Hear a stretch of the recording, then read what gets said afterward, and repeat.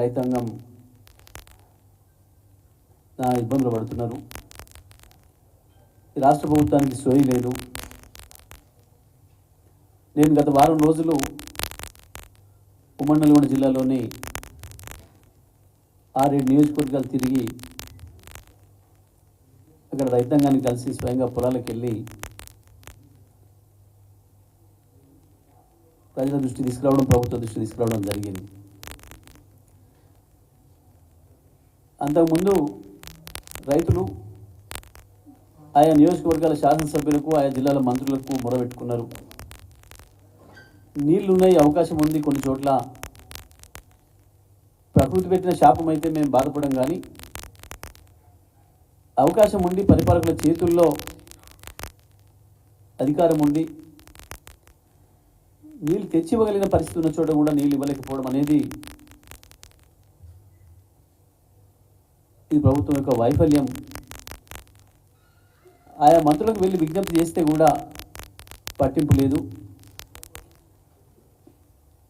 ఒకవైపు కాళేశ్వరం నుండి నీళ్ళు తీసుకొచ్చే అవకాశం ఉండే, కుంగిన పిల్లర్లకి కాళేశ్వరం ఎత్తిపోతలకి సంబంధమే లేకుండా నీళ్ళు తీసుకొచ్చుకునే అవకాశం ఉండే. ఈ ప్రభుత్వానికి ఏమాత్రం చిత్తశుద్ధి ఉన్నా, రైతాంగం పట్ల సోయి ఉన్నా, వ్యవసాయ రంగం పైన వీళ్ళకి ఏమైనా అనుభవం ఉన్నా ఎప్పుడో సమీక్ష చేయాలి. నిజమే, ఒకవైపు తరుముకు వస్తుంది, కనబడుతుంది మనకు. మరి ఇటువంటి సందర్భంలో ప్రభుత్వం స్వయంగా ముఖ్యమంత్రి గారు కావచ్చు, ఆయా సంబంధిత శాఖ మంత్రులు కావచ్చు, కూర్చొని సమీక్ష చేసి రైతులకు మనం ఏ డైరెక్షన్ ఇవ్వాలి, ఎటువంటి పంటలు పెట్టుకోవాలి, ఎక్కడికి ఏ ఎకరానికి ఏ నీళ్ళు ఇవ్వగలుగుతాం అనే విషయాన్ని స్పష్టంగా చెప్పాలి. గతంలో ప్రతి సంవత్సరం 2 పంటలకు కూడా రాష్ట్ర స్థాయిలో ముఖ్యమంత్రిగా కేసీఆర్ గారు సమీక్షలు నిర్వహించేది. జిల్లాల వారీగా జిల్లాలో మంత్రులు అందరం కూడా ప్రతి కలెక్టరేట్లో సమీక్షలు నిర్వహించి ఈ సీజన్లో కాలం ఎట్లా ఉండబోతుంది,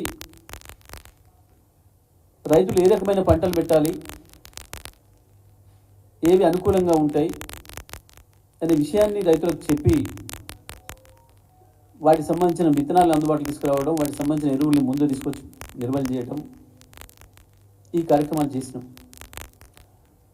ఎందుకంటే రైతుల్ని కాపాడుకోవాల్సిన బాధ్యత ప్రభుత్వాందే కాబట్టి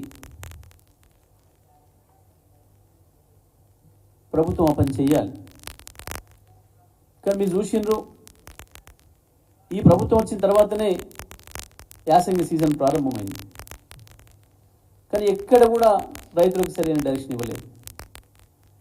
రైతులు యథావిధిగా కేసీఆర్ ఉన్నప్పుడు ఉన్నట్టు ఉంటుందనుకొని ఒక విశ్వాసంతో, ప్రభుత్వం పైన నమ్మకంతో పొలాలు చేసుకున్నారు. ఈ ప్రభుత్వానికి సోయి లేదు, అసలు వ్యవసాయ రంగం పైన మాకు బాధ్యత ఉంది అన్న ఆలోచన కూడా లేదు. వ్యవసాయ రంగం పైన సమీక్ష చేయాలన్న సోయి కూడా లేదు, చేయలేదు. ఆనాడు రైతులకు చెప్పలేదు, యథావిధిగా రైతులు వాళ్ళు పాత పద్ధతులను పెట్టుకున్నారు. సరే, కొన్ని చోట్ల కాలువలు అందుబాటులో లేని చోట్ల, బోరుబావుల మీద ఆధారపడ్డ చోట బోర్లో నీళ్లు లేకపోతే దాని ప్రభుత్వాన్ని మేము నిందించడం లేదు. కానీ కొన్ని చోట్ల రైతులు స్వయంగా చెప్పారు, మీ మీడియా మిత్రులు అందరి సాక్షిగా చెప్పారు, విద్యుత్ విషయంలో కూడా బాగా అవకతవకలు జరుగుతున్నాయి. లో వోల్టేజ్ వల్ల మా మోటార్ కాలిపోయింది అని చెప్పి మేము వెళ్ళిన ప్రతి చోట రైతు చెప్తా ఉన్నారు. ఒక్కొక్క చోట 2 సార్లు కాలింది మాకు ఈ పంటకే అనే మాట. కొన్ని చోట్ల రాత్రిపూట ఇచ్చే కరెంటు కొరకు మేము వెళ్ళాల్సి వస్తుంది, లో వోల్టేజ్తో మోటార్లు పడిపోతున్నాయి, మేము కాపులకు వెళ్తే తప్ప మళ్ళీ కరెంటు పెట్టుకునే పరిస్థితి లేదు అని చెప్పిపోయి రైతులు మళ్ళీ రాత్రిపూట బావుల దగ్గర పోయి కరెంట్ షాక్ గురై లేదా పాము కాటి గురై మరణించే పరిస్థితులు మళ్ళీ వచ్చినాయి. దురదృష్టవశాత్తు ప్రజలు ఏదో మార్పు వస్తుందని, వీళ్ళు ఏదో మార్పు తెస్తారని అనుకుంటే మార్పు మళ్ళీ వెనక్కి తీసుకుపోయాను. పర్టికులర్గా వ్యవసాయ రంగం విషయంలో పూర్తిగా 2014 నాటి ముందు పరిస్థితులను పునరావృతం చేస్తూ ఉంది ప్రభుత్వం నిర్లక్ష్య ధోరణితో. వాస్తవానికి కాళేశ్వరం నుంచి 100 టీఎంసీల నీళ్లు తీసుకునే అవకాశం ఉండే, దానికి సరిపోయే ప్రాజెక్టులు కూడా ఉండే, నిల్వ చేసుకోవడానికి సరిపోయే ప్రాజెక్టులు కూడా ఉండే. ఈ ప్రభుత్వానికి ఏమాత్రం సోయి ఉన్నా ఉన్న నీళ్ళని కిందికి ఇస్తూనే మళ్ళీ అంతమందం నింపుకోవడానికి ఎల్ఎండీలో కావచ్చు, ఎంఎండీలో కావచ్చు, ఇతర ప్రాజెక్టుల వద్ద కావచ్చు నింపుకోవడానికి అవకాశాలు ఉండే.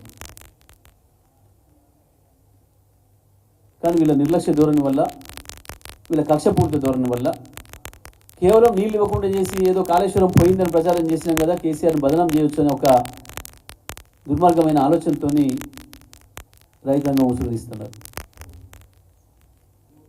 లక్షలాది ఎకరాలు ఇవాళ ఎస్ఆర్ఎస్పి ఫేజ్ 2 కాలువల వెంట, ఫేజ్ 1 కాలువల వెంట, మరొక వైపు నిజామాబాద్ జిల్లాలో మొదటి ఫేజ్లో కూడా వరద కాలువ వెంట కూడా ప్రభుత్వాన్ని నమ్మి పెట్టుకున్న పొలాలు లక్షలాది ఎకరాలుగా ఎండిపోతూ ఉన్నాయి.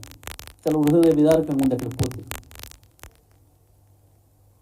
ఇంకోవైపు నాగార్జున సాగర్ ఎడమ కాలువ కావచ్చు, లో లెవెల్ కెనాల్ కావచ్చు, హై లెవెల్ కెనాల్ ఎస్ఎల్బిసి కావచ్చు. మేము 9 సంవత్సరాలు వరుసగా చివరి భూమి కూడా నీళ్ళు అందించినాం. 18 పంటలు వరుసగా పండించాం రైతులు. ఇవాళ నిజంగానే పైన ఆల్మట్టి నారాయణపూర్లో కొన్ని నీళ్లు ఉన్నాయి.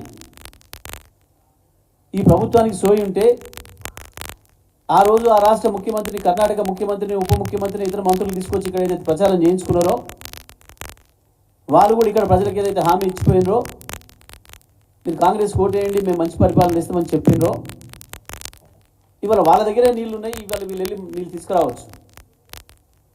ఒక 10 టీఎంసీల నీళ్ళు తీసుకొస్తే బ్రహ్మాండంగా ఇవాళ ఉమ్మడి నల్గొండ జిల్లాలో, ఖమ్మం జిల్లాలో ఉన్న